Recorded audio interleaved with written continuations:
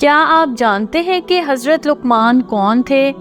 اور کیا آپ کو معلوم ہے کہ حضرت لقمان کی حکمت اور دانائی کا ذکر قرآن پاک میں اللہ تعالیٰ نے کیسے کیا ہے؟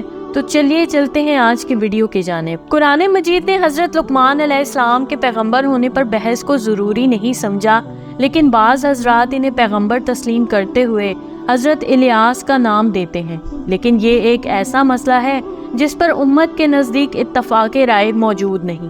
حضرت ابن عباس رضی اللہ عنہ سے منقول ہے کہ لقمان حبشی تھے، تجارت ان کا پیشہ تھا۔ حضرت جابر بن عبداللہ فرماتے ہیں حضرت لقمان پست قد موٹے ہونٹ والے نوبیا قبیلے سے تھے۔ سعد بن مصیب فرماتے ہیں آپ مصر کے رہنے والے حبشی تھے۔ حضرت لقمان علیہ السلام نبی نہیں تھے اور نہ ہی کسی نبی کے پیروکار تھے۔ 1100 کاف میم میں وہ نوبیا میں تشریف لائے۔ یہ حبشی النسل تھے اور کارپینٹر تھے، مگر اللہ تعالیٰ جس کو چاہے ذہانت عطا فرما دے۔ وہ ایک پاک باز متقی انسان تھے جن کو اللہ تعالیٰ نے اعلی درجے کی عقل و فہم، حکمت، دانائی عطا فرمائی۔ انہوں نے عقل کی راہ سے وہ باتیں کھولیں جو پیغمبروں کے احکام اور ہدایات کے مواقف تھیں۔ رب العزت نے ایک حصہ قرآن میں نقل فرما کر ان کا مرتبہ اور زیادہ بڑھا دیا ہے اور بتایا کہ دیکھو یہ حکیم لقمان جو اپنی سلامتی، تباہ و فکر کے ذریعے یہاں تک پہنچا، اور وہی اصول ہیں جن کی طرف محمد صلی اللہ علیہ وآلہ وسلم تمہیں دعوت دے رہے ہیں۔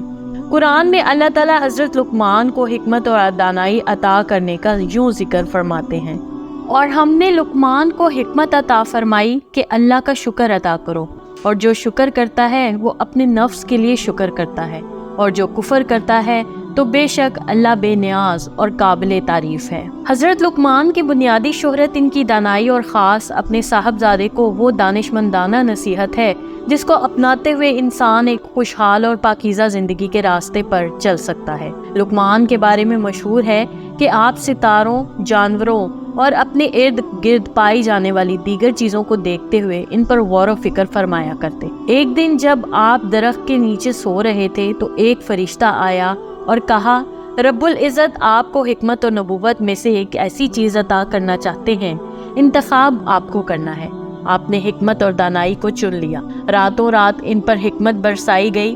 آپ خود کو فطرت سے زیادہ قریب پانے لگے۔ صبح کو ان کی سب باتیں اور عادتیں حکیمانہ ہو گئیں۔ آپ سے سوال ہوا آپ نے نبوت کے مقابلے میں حکمت کیسے اختیار کی؟ تو جواب دیا اگر اللہ مجھے نبی بنا دیتا ممکن ہے کہ منصب نبوت کو نبھا جاتا۔ جب مجھے اختیار دیا گیا تو مجھے ڈر لگا کہ کہیں ایسا نہ ہو کہ میں نبوت کا بوجھ نہ اٹھا سکوں، اس لیے میں نے حکمت کو پسند کیا۔ حضرت خالد ربی کا قول ہے حضرت لقمان جو حبشی غلام بڑھئی بھی تھے، ان سے ایک روز ان کے مالک نے کہا بکری ذبح کرو اور اس کے جسم کا بہترین حصہ میرے پاس لاؤ۔ آپ دل اور زبان لے کر آ گئے۔ اب کچھ دنوں بعد مالک نے پھر کہا بکری ذبح کرو اور اس کے جسم کا بدترین حصہ میرے پاس لے آؤ۔ آپ پھر دل اور زبان مالک کے پاس لے آئے۔ وہ حیران ہوا اور پوچھا ایک ہی وقت میں یہ دونوں چیزیں بدترین اور بہترین کیسے ہو سکتی ہیں؟ آپ نے فرمایا جب یہ اچھے رہے تو ان سے بہترین جسم کا کوئی حصہ نہیں،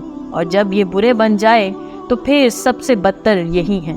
حضرت لقمان علیہ السلام کسی بڑے گھرانے اور کنبے سے نہ تھے۔ ان میں بہت سی بھلی عادتیں تھیں۔ وہ خوش اخلاق، خاموش، غور و فکر کرنے والے، دن کو نہ سوتے، غسل کرتے، لغو باتوں سے دور رہتے، ہنستے نہ تھے، جو کلام کرتے حکمت سے خالی نہ ہوتا۔ اپنی اولاد کی وفات پر بالکل نہ روئے۔ وہ بادشاہوں، امیروں کے پاس اس لیے جاتے کہ غور و فکر، عبرت و نصیحت حاصل کرتے۔ اسی وجہ سے انہیں بزرگی ملی، اور دانائی کا تقاضا ہے کہ جو اصل ہے اس کو پہچان لیا جائے۔ لہٰذا اللہ تعالیٰ نے فرمایا اس پر تو میری شکر گزاری کر، شکر گزار کچھ مجھ پر احسان نہیں کرتا اور وہ اپنا ہی بھلا کرتا ہے۔ عرب میں حکمت لقمان کا کافی چرچا تھا۔ اکثر مجالس میں ان کے حکیمانہ اقوال کو نقل کیا جاتا، چنانچہ تابعین، صحابہ رضوان اللہ اجمعین، بلکہ نبی اکرم صلی اللہ علیہ وآلہ وسلم سے بھی اس سلسلے میں بعض اقوال منقول ہیں۔ حکمت اور دانائی مفلس کو بادشاہ بنا دیتی ہے۔ اللہ تعالیٰ جب کسی کو امانت دار بنائے تو امین کا فرض ہے کہ اس کی امانت کی حفاظت کرے۔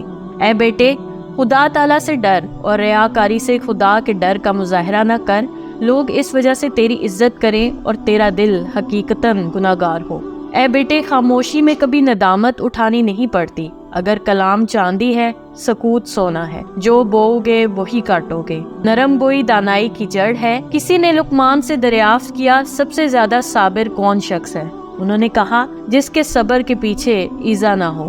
دسترخوان پر ہمیشہ نیک لوگوں کا اجتماع رہے تو بہتر ہے، اور مشورہ صرف علماء حکم ہی سے لینا چاہیے۔ حضرت لقمان سے پوچھا گیا کہ آپ کی دانائی کا راز کیا ہے، تو فرمایا، سچ بولنا، وعدے کو پورا کرنا، اور ان چیزوں سے گریز کرنا جس کا براہ راست مجھ سے کوئی تعلق نہیں بنتا۔ آپ صلی اللہ علیہ وآلہ وسلم کی حدیث کے مطابق جس کو دانائی عطا کی گئی، اسے بہت بڑی خیر سے نوازا گیا، اور یہ دانائی کی تاریخی کتب اور قرآن مجید کی روشنی میں حضرت لقمان کی وراثت ہے۔ مولانا حالی نے فرمایا، حکمت کو ایک گمشدہ لال سمجھو، جہاں پاؤ اپنا اسے مال سمجھو۔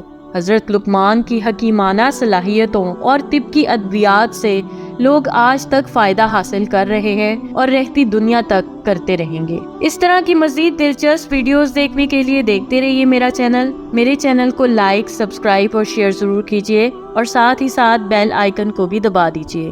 شکریہ۔ اللہ حافظ۔